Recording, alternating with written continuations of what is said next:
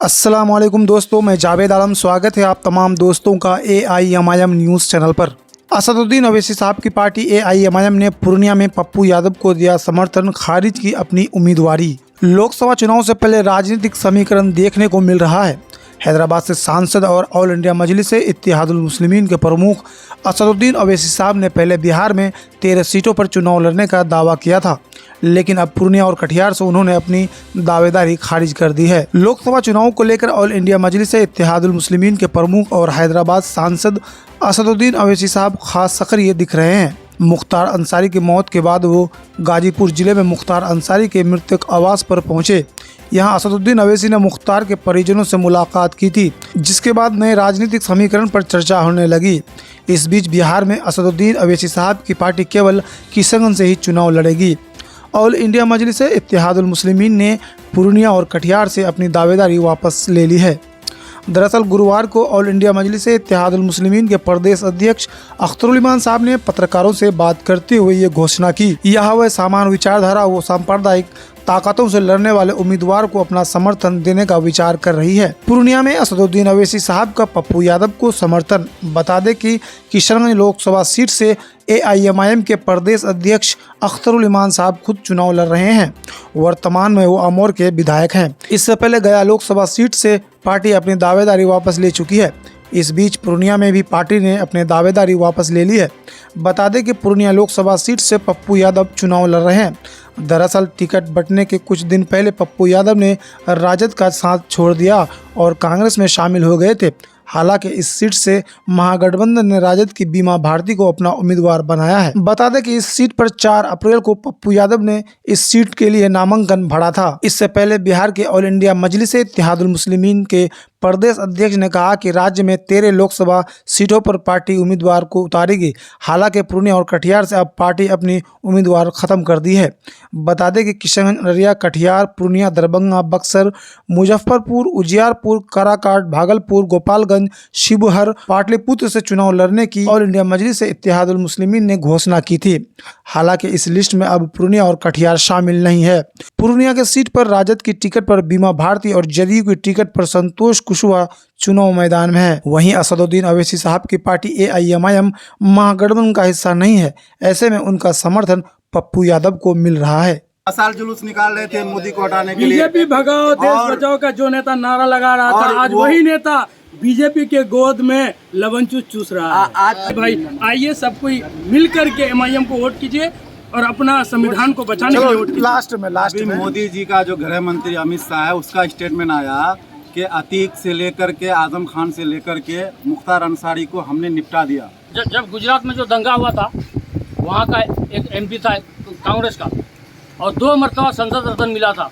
जब दंगा हुआ तो उसका पूरा घर, उसका पूरा परिवार को जला के मार दिया। आज तक उसका इंसाफ कांग्रेस नहीं दिला पाया, तो क्या फायदा है उस पार्टी में रहने के लिए। जिस तरह से 2020 में MIM को वोट दिया था, उसी तरह से इस बार भी 2024 में उसी जोश, उसी जुनून के साथ अख्तरुल इमाम साहब को वोट देंगे और जिता के संसद भेजने का काम करेंगे। पतंग ही पतंग है। अच्छा, ठीक है, तो आप पतंग के ही कार्यकर्ता हैं जी।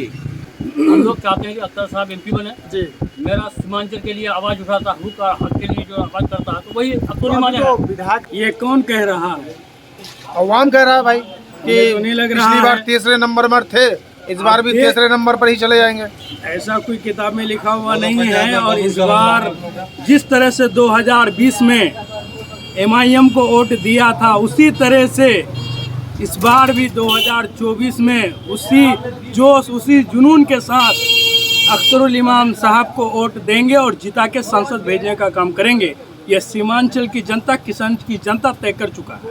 आप लोग जो वोट मांग रहे हो, कार्यकर्ता है MIM के, मुझे जहाँ तक लग रहा है, वोटर भी शायद होंगे, तो आप लोग वोट मांगेंगे जो जनता से, लोगों से किस चीज़ को लेकर के वोट मांगेंगे? यही बाबरी मस्जिद, राम मंदिर और वगैरह वगैरह, गुलनाज और क्या नाम है? देखिए, इसको भी डिफाइन नहीं कर सकते हैं। तो मुद्दा ये है जी। हम लोग यहाँ से राजद कांग्रेस हमेशा जीता है, सरकार बनाने का सहयोग किए, लेकिन सबसे बैकवर्ड इलाका क्यों है, मेन मुद्दा हम लोग इस पर लड़ रहे हैं। तो अख्तरुल इमान साहब भी यहाँ पर दो बार विधायक रहे, तो उस वक्त क्या काम नहीं हुआ था? क्योंकि यहाँ जो सेकुलर नाम नेहाद जो पार्टी है, वो खुल के बात को बोलने नहीं और सवाल को पूछने नहीं दे रहा। पूर्व हमारे जो मौलाना साहब थे तिरपन तलाक में उसको कांग्रेस बोलने नहीं दिया, और वैसी MIM की पार्टी हर चीज़ हर मुद्दे पर दलित और मुसलमानों की आवाज़ उठाते हैं। पतंग अच्छा, ठीक है तो आप पतंग के ही कार्यकर्ता हैं। जी। यहाँ तो BSP भी उम्मीदवार है सर, बगल में। मात्र 30 लेके आएंगे वोट बस। 30 वोट। जी। सही बोला। अच्छा, तो यानी अख्तरुल इमान साहब को जो आप लोग वोट करेंगे, किन मुद्दों को लेकर के वोट करेंगे? देखिए भाई, यहाँ लोगों को जब तक सरकार जो बनाया, तो एक सीट से कहाँ सरकार बनने वाली है? देखिए हम सरकार बनाने या बिगाड़ने के लिए नहीं ला रहा है।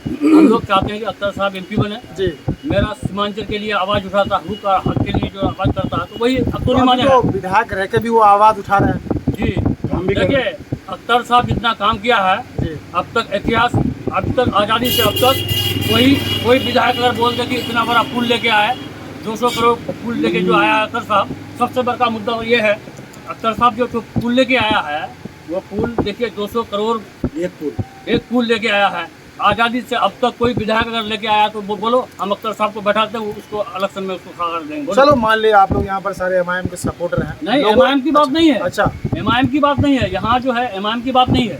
हम जो देखिए सबसे बड़ा चीज़ क्या है, आप जो मेरे बारे में सोचेगा हम उसके बारे में सोचेंगे, मेरा ये कहना है। चलो ठीक है। तो लोगों के पास जो आप जाएंगे वोट मांगने के लिए, तो लोगों से क्या कहेंगे जो आपके पार्टी को वोट करेंगे भाई?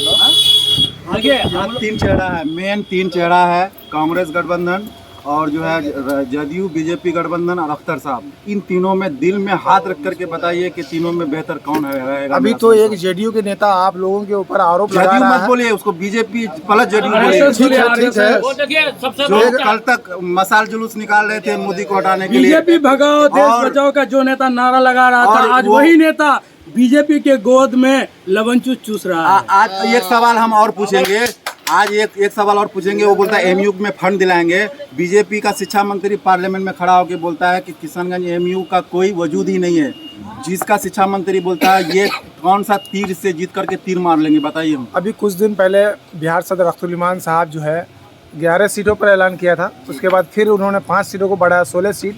उसके बाद फिर उनका कल एक बयान आया है कि हम सिर्फ 2 सीटों पर चुनाव लड़ेंगे। उसके बाद JDU के जो एक नेता है उन्होंने कहा है कि इसका गठबंधन हो गया है, यानी तो पैसे लेकर बैठ गया। देखिए कितनी ऐसी कोई सच्चाई बात नहीं है। जहाँ तक अख्तर साहब की सीट की बात है, यहाँ से भी सर्वे हुआ है तभी इनको सीट मिला है। ये आला कमान तय करता है।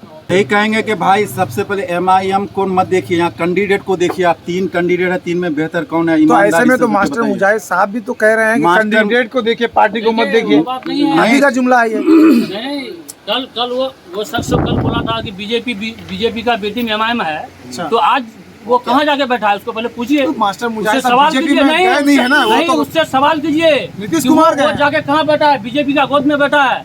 और बीजेपी का जो है ना लबन चूसता है वो जाकर के। बी टीम का जवाब दे। बी टीम का वो जवाब दे पहले। मास्टर मुजाहिद इलेक्शन लड़े तो हम बोल रहे हैं, हम चैलेंज कर रहे हैं उसको। डिबेट में आए, 1 घंटा मेरे पास डिबेट में है, उसको बता देंगे इसको उसका अंदर में कितना दम है। मास्टर मुजाहिद साहब नहीं गए हैं ना BJP में। कौन जी? अरे भाई नीतीश कुमार गए हैं। नीतीश वो कुमार तो नहीं आप है, अगर उनको वोट वो करेंगे- नीतीश कुमार तो पलटूरा भैया है, उससे ज्यादा पलटूरा ये मास्टर मुजाहिद है। देखिए बीजेपी का कुछ नेता कह रहे हैं कि संविधान को खत्म कर देंगे, संविधान को बदलने की बात कर रहा है। तो क्या इस हालात में बीजेपी को वोट देना संभव है? हिंदू मुस्लिम सिख ईसाई आपस में हैं, सब भाई भाई। आइए सब कोई मिल करके MIM को वोट कीजिए और अपना संविधान को बचाने के लिए वोट चलो कीजिए। लास्ट अभी में मोदी जी का जो गृह मंत्री अमित शाह है उसका स्टेटमेंट आया कि अतीक से लेकर के आजम खान से लेकर के मुख्तार अंसारी को हमने निपटा दिया। क्या वो हमारे मुसलमान लीडरशिप को ख़त्म कर रहा है? BJP गठबंधन में है तो मास्टर को नहीं आना चाहिए था। अगर अख्तरुल इमान साहब चलो मान गए, सांसद बन गए, जी। तो जितने भी मुद्दे आपने गिनाए, नाकामी गिनाई, ये सारे क्लियर हो जाएंगे, ये सारे मुद्दे उठाएंगे एकदम। और नहीं होगा। देखिए बिल्कुल उठाएंगे। आज तक जो विधानसभा में सवाल तक नहीं उठा, कम सवाल तो उठ रहा है, उसी तरह से लोकसभा में भी उठेंगे और इंशाल्लाह काम भी होगा। आज इम्तियाज जलील साहब है, काम कर रहे हैं। एक दो से नहीं, आदमी के अंदर क्वालिटी होना चाहिए, नेता के अंदर लीडरशिप होना चाहिए। सबसे बड़ा चीज क्या है? ये है पंजा है ना। पहले 1 होगा, 2 होगा, 3 होगा, 4 होगा, 5 होगा। 5 होगा तो क्या होगा? मुट्ठी भाई बनेगा। 5 तो था आपके सुनो ना पास, भाई। हिमाचल के लोगों ने तो नहीं, 5 दिया था, 5 लेकिन दिया। 1 रह गए। नहीं तो- आखिर क्या रीजन है नहीं, पार्टी नहीं, छोड़ नहीं, दी? आप सुनिए ना मेरा बात। वो अपना जिसको जमीन बेच जाना दिया। था चले गया। अच्छा, अब इंशाल्लाह 2025 में 4 गए हैं, 24 आएंगे। अभी आप जाने की बात कर रहे हैं, ठाकुरगंज से मुखिया साहब जो आए हैं वो पूर्व मंत्री नौशाद साहब के भांजे हैं, और हमारे पूर्व कांग्रेस प्रत्याशी सादिक समदानी साहब, पूर्व राजद प्रत्याशी शाहिद साहब, वो लोग हमारे पार्टी में आ रहे हैं। जो चले गए